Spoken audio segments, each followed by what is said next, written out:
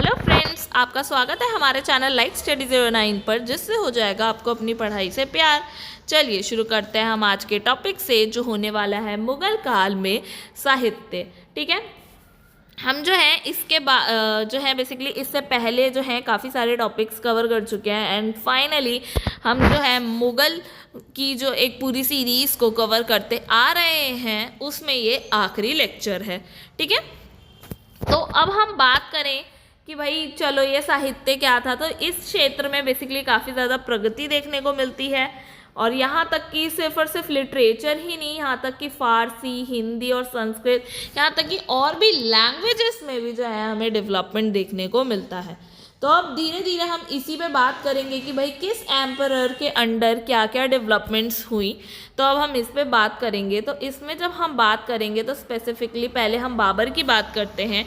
तो जो बाबर है वो खुद एक विद्वान था।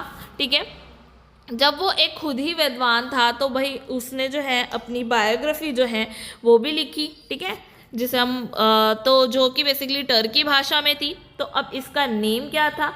तो इसका नेम था वाक़ियात बाबरी, या फिर आप कह लो बाबरनामा, या फिर तुझ के बाबरी। ये सारे नेम्स जो हैं बेसिकली उसी की बायोग्राफी के हैं। ठीक है, जो बेसिकली हमें क्या बताती है, अगर हम इसकी बायोग्राफी पढ़े तो हमें क्या क्या पता लगेगा।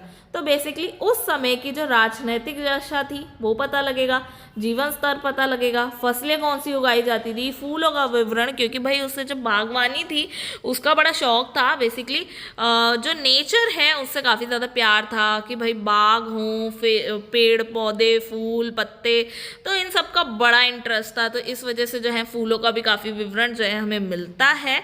और यहाँ तक कि जो हमने बोला ना कि तत्कालीन राजनीतिक दशाएं, तो भाई यहाँ तक कि जो विजयनगर के राजा कृष्णदेव राय थे उनका भी उल्लेख यहाँ पे जो है मिलता है।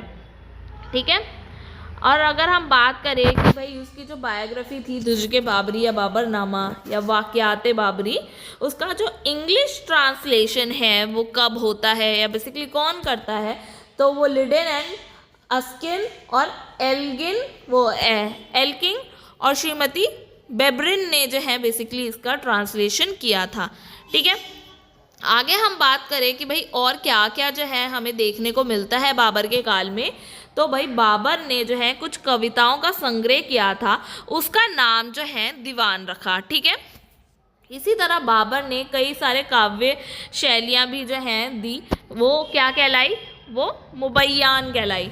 और वहीं अगर हम बात करें अकबर के काल में, बाबर के काल की बात नहीं कर रहे हैं, बट अकबर के काल में बाबर के बारे में बात करेंगे कि भाई बाबर का जो चचेरा भाई था मिर्ज़ा हैदर दोगलव, ठीक है, वो जो है उसने अपनी एक ऐतिहासिक ग्रंथ लिखा था जो तारीख़ रशीदी कहलाया। ठीक है, तो ये था बेशक अकबर के काल का, पर क्योंकि भाई उसके चचेरे भाई का विवरण है तो वो हमने यहीं पे बात इसकी कर ली। ठीक है, आगे हम बात करें हुमायूं की। तो हुमायूं ने क्या किया, उस समय का जो एक अमीर था ख्वाद मीर, ठीक है, वो जो है लिखता है कानून हुमायूनी। ठीक है, ये लिखता है, जिसकी वजह से जो है भाई हुमायूं जो है उसे एक उपाधि देता है और कहता है अमीर अखबार। ठीक है, और भी हमें एग्जाम्पल्स मिलते हैं कि भाई उसके काल में जो लिखे गए थे, जैसे कि हुमायूं नामा उसकी खुद की जो है बायोग्राफी, जो लिखी किसने दी? उन्हीं की बहन गुलबदर बेगम ने। ठीक है, अब हम बात करें हुमायूं नामा की, तो ये भाई 2 खंडों में बटी थी, एक खंड 1, खंड 2, जिसमें खंड 1 जो था वो किसके ऊपर था, बेसिकली क्या डिस्क्राइब करता है? तो वो बाबर के बारे में डिस्क्राइब करता है कि भाई मेरे पापा ने ये किया या वगैरह वगैरह जो भी है, तो वो जो है बाबर का डिस्क्रिप्शन देता है। वहीं पार्ट 2 हम जो बोले वो हुमायूं के खुद के बारे में होता है। अब क्योंकि गुलबदर बेगम ने लिखी है ना उसकी बायोग्राफी, तो उसमें उसके जो है उनके पापा बेसिकली बाबर और जो हुमायूं हैं उनके बारे में मिलता है। आगे हम बात करें और जितने भी हमें सोर्सेस मिलते हैं, तज़किरातुल वक़ियात जो है या फिर तारीख़ हुमायूनी, वो जो है जौहर अफ्ताबाची ने लिखी 1587 में, जो हुमायूं के जीवन के उतार चढ़ावों को बड़ा बताता है कि भाई कैसे जो है वो एक मुग़ल एम्परर बनता है, फिर शेरशाह से उसका वो युद्ध होता है, तो वो फिर कैसे एम्पायर से बिल्कुल ही खो देना पड़ता है, और फिर कैसे जो है उनके सक्सेसर्स को हरा के फिर से जो है अपना मुग़ल एम्पायर वापस ले लेता है। तो लाइफ के जितने भी उतार चढ़ाव थे उनके बारे में बताता है। आगे हम बात करें ये वाक़यात मुश्ताकी की, तो इसे जो है रिच कुल्हार मुश्ताकी ने लिखा, जो बेसिकली लोधी, जो दिल्ली सल्तनत में हमने एंड में कवर किया था, जब इन्हें हरा कर जो बेसिकली इब्राहिम लोधी को हरा के बाबर जो है मुग़ल एम्पायर की इस्टेब्लिशमेंट करता है, वो लोधी पीरियड और सूरकाल, ठीक है, जो शेरशाह सूरी वाला काल था, उसके विषय में ये बेसिकली जानकारी देती है, ठीक है, ये किताब। आगे हम अब बात करें अकबर के काल की, तो अकबर ने भी भारत में जो है बेसिकली ये दरबारी जो इतिहास लेखन है इसकी परंपरा को शुरू कर दिया था। तो अब हमें बेसिकली इससे इतना तो समझ में आ गया कि हमें अब जो है काफ़ी सारे वर्क्स पढ़ने पड़ेंगे और उन्हें देखना पड़ेगा, क्योंकि जब पूरा का पूरा दरबारी इतिहास लेखन तैयार किया गया तो भाई काम भी ज़्यादा ही होंगे, है ना। तो अब हम बात करें नफ़ाइस उल मासिर की, तो इसे किसने लिखा, तो मीर अलाउद्दौला कजविनी, उनके काल में जो है लिखी गई, बेसिकली अकबर के काल में लिखी गई पहली ऐतिहासिक पुस्तक यही थी, ठीक है। आगे हम बात करें उसकी जो है बायोग्राफी की, तो वो जो है अकबरनामा अबुल फजल ने लिखी, और इसे जो है 3 हिस्सों में बांटा, 3 भाग इसके हैं, ठीक है, जिसमें पहला भाग अब क्या बताता है, जैसे हमने देखा था हुमायूंनामा जो था वो 2 खंडों में बटा था, 2 भागों में था, जिसमें से पहले में तो बाबर के बारे में डिस्क्रिप्शन था, दूसरे में हुमायूं के बारे में था। इसी तरह यहाँ पे हमें 3 मिले, तो 3 में जो पहला है वो बाबर, हुमायूं सहित अकबर के जितने भी पूर्वज थे उन सब के बारे में हो गया, ठीक है, मतलब उनकी लीनेज हो गई पीछे से, ठीक है। और सेकंड में क्या था, सेकंड में था अकबर के शासन का कालक्रम, ठीक है, तो अब उसने जितना भी उसका सीरीज़ था उसके बारे में डिस्क्रिप्शन हो गया। और तीसरा जो था वो स्पेसिफिकली उसके जो है बेसिकली आईने अकबरी के फॉर्म में मिलता है, उसका नाम है आईने अकबरी, जिसको बेसिकली 5 पार्ट्स में डिवाइड किया गया, ठीक है। अब इन 5 पार्ट्स में भी बेसिकली क्या था, तो भाई इन 5 पार्ट्स में वहाँ का जो प्रशासन है, राजनीतिक स्थिति है, तो उस सब के बारे में हमें स्पेसिफिकली डिटेल में डिस्क्रिप्शन मिल जाता है, ठीक है। आगे हम बात करें तारीख़ शेरशाही की, तो वो जो है अब्बास खां सरवानी ने लिखी, और ये जो है मुतकब उत तारीख बदायूनी ने, और यहाँ तक कि साथ में जो है मुल्ला अब्दुल कादिर इलन मलुक शाह, ठीक है, इसने जो है मिलके दोनों ने ये वर्क को कंप्लीट किया, और जो बेसिकली ये जो है ये काव्य जगत में कादरी नाम से प्रसिद्ध हुए। अब ये जो बुक है ना ये काफ़ी इम्पोर्टेंट हो जाती है, मुतकब उत तारीख, क्योंकि ये जो है हिंदुस्तान का आम इतिहास कहा जाता है। अब भाई हिंदुस्तान का आम इतिहास क्यों कहा जाता है, तो देखो ये जो है एक बहुत ही लंबे टाइम पीरियड को कवर कर रहा है। जस्ट लाइक हम देख सकते हैं कि भाई ये जो गजनवी पीरियड था, जो बेसिकली दिल्ली सल्तनत से भी पहले का टाइम पीरियड था, ये उस समय से लेकर अकबर के काल को कवर कर रही है, उसका डिस्क्रिप्शन दे रही है। तो इसीलिए जो है इसे हिंदुस्तान का आम इतिहास बोला गया। ऐसे ही हम अब आगे बात करें तबकाते अकबरी, तो ये जो है ख्वाजा निज़ामुद्दीन अहमद ने लिखी, और इस पुस्तक को जो है मध्यकालीन भारत में राजनैतिक इतिहास की सबसे अधिक विषयपरक और विश्वसनीय पुस्तक बोला, ठीक है। अब हमने देखा था अभी ऊपर ही कि भाई प्रॉपर जो है दरबारी इतिहास लेखन शुरू किया था अकबर ने, तो इसी के तहत आते आते अकबर ने जो है एक प्रॉपर ट्रांसलेशन डिपार्टमेंट भी खुलवाया, जो उसके नवरत्नों में से फैजी था उसके नेतृत्व में। अब ये फैजी कौन था, तो ये फैजी जो है अबुल फजल का बड़ा भाई था, ठीक है, जिसमें अनेक ग्रंथों की ट्रांसलेशन किस लैंग्वेज में करवाई गई, पर्टिकुलर फारसी में कराई गई, ठीक है।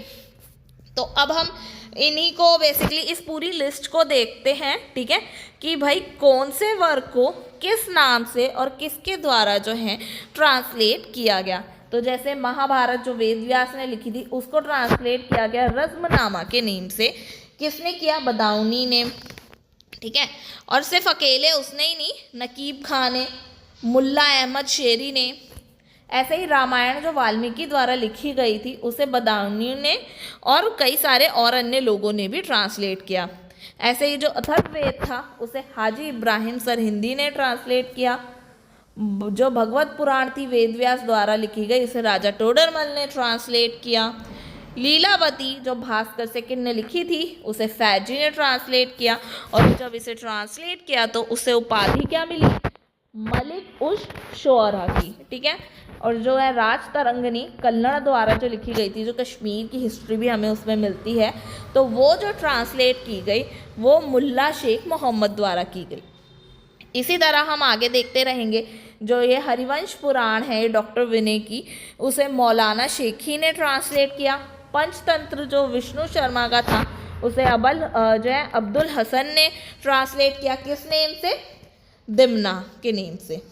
ऐसे ही जो नल दमयंती जो है रवि वर्मा की लिखी गई, उसको ट्रांसलेट किस नेम से किया गया?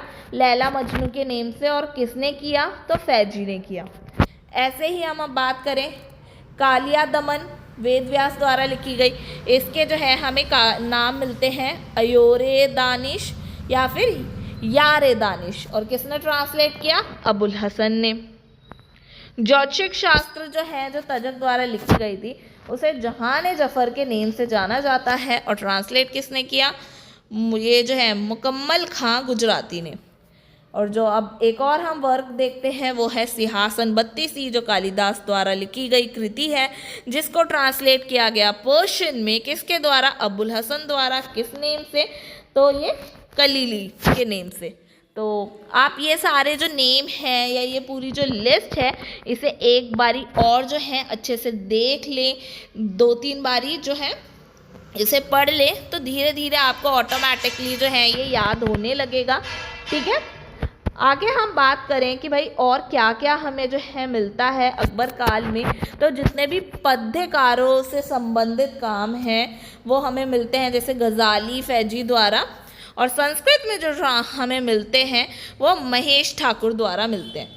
अब वहीं उसी तरह हम बात करें भाई शब्दकोश की, डिक्शनरी की, तो उसकी रचना जो फ़ारसी और संस्कृत में हमें मिलती है वो फ़ारसी प्रकाश के नाम से मिलती है। और किसने करी है? तो वो पद्मशंकर ने की है। अब हम नेक्स्ट बादशाह की बात करते हैं जो है जहांगीर। तो उसका जो है हमें जो बेसिकली ऑटोबायोग्राफी नहीं, जो बायोग्राफी मिलती है वो तुजुके जहांगीरी, उसमें जो है बेसिकली जो स्टार्टिंग 12 ईयर्स के संस्करण जो हैं वो लिखा गया।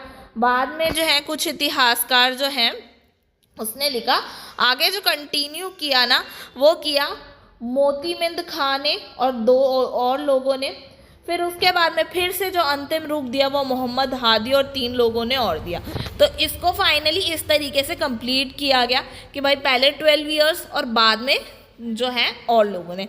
तो अब उनके कंटेम्प्ररी देखा जाए तो बूटा, केशव दास और भी कई सारे हमें जो हैं कंटेम्प्ररी राइटर्स मिल जाते हैं। और वर्क्स की बात की जाए तो इकबाल नामा ए जहांगीरी जो है मोतीमंद खां ने लिखी, और मुआसिरे जहांगीरी जो है ख्वाजा कामगार ने लिखी। अब हम बात करें शाहजहाँ के दरबारी इतिहास लेखन की, तो इस समय जो हमें फेमस वर्क मिलता है वो है पातशाह नामा, जो बेसिकली खुर्रम के बचपन और प्राथमिक शिक्षा पर ही प्रकाश डालती है। तो बेसिकली बचपन को पूरी तरह से जो है कवर कर देती है ये पातशाह नामा। अब लिखी किसने? तो ये अमीन कजविनी और मोहम्मद सादिक द्वारा लिखी गई। अब बादशाह नामा जो है अब्दुल अमीन लोहारी ने लिखी, और शाहजहाँ नामा जो है इनायत खां द्वारा लिखी गई। ऐसे ही जो साकी नामा है वो कवि कलीम द्वारा शाहजहाँ के जो राजकवि थे उनके द्वारा मिलती है। ऐसे ही 4 चमन जो है चंद्रभान ब्रह्मन ने लिखी। और भी हमें मकाम मिलते हैं जैसे कि रस गंगाधर, ये गंगा लहरी, ये पंडित जगन्नाथ द्वारा हमें कार्य मिलता है, ठीक है। गंगा वाला पंडित जगन्नाथ द्वारा।